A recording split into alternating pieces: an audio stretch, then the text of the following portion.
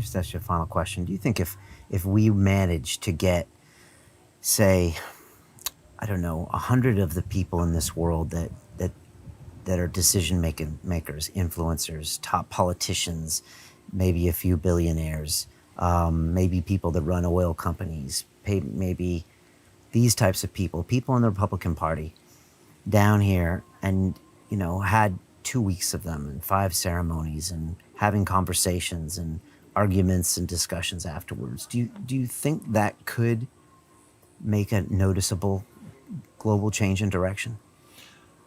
Well, I think it's a good place to start. I don't know if it could do it, finally, but I think that's a necessary thing. It's worthwhile.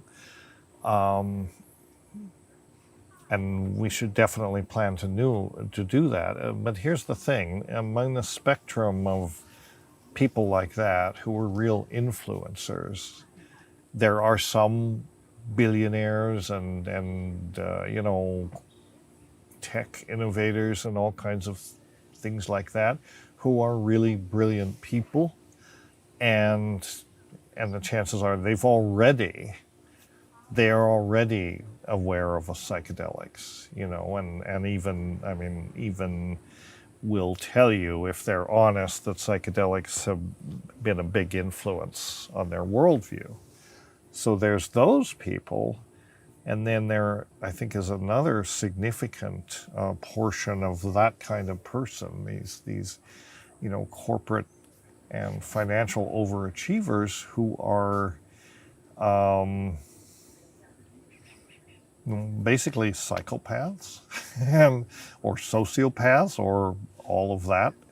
And I'm not sure psychedelics can even touch them, because you have to have an inner self. I mean, this is the problem with Trump, People say, if we could just get him down here and get him to take ayahuasca, I think it would have no effect at all, because he's incapable of a self-reflective thought. With this guy, it's not so much the ego he's got plenty of that, but I think it's the id. He responds to the world like an angry 6-year-old, and it's not much, his thinking doesn't go much deeper than that. His behavior and the way he interacts with really everything tells to me that he's very angry, and he's determined to get back, at his father, probably, basically. So those people, I don't know. The curandero I work with, I asked him, he said, well, there are 2 kinds of people I won't give ayahuasca to. One is schizophrenics, because it won't help them, and the other is sociopaths, because it won't help them either. And just because you take psychedelics does not enlighten you. I think we all know plenty of people who take lots of psychedelics, including ayahuasca, who are assholes, and they have not learned, they haven't listened to the medicine, they haven't really integrated the ideas. So it's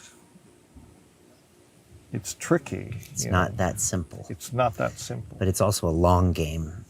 And it's a long game. Yeah. If you can get if you can get a certain number of people to start changing. Remember they had it called the Maharaja effect when they started meditating.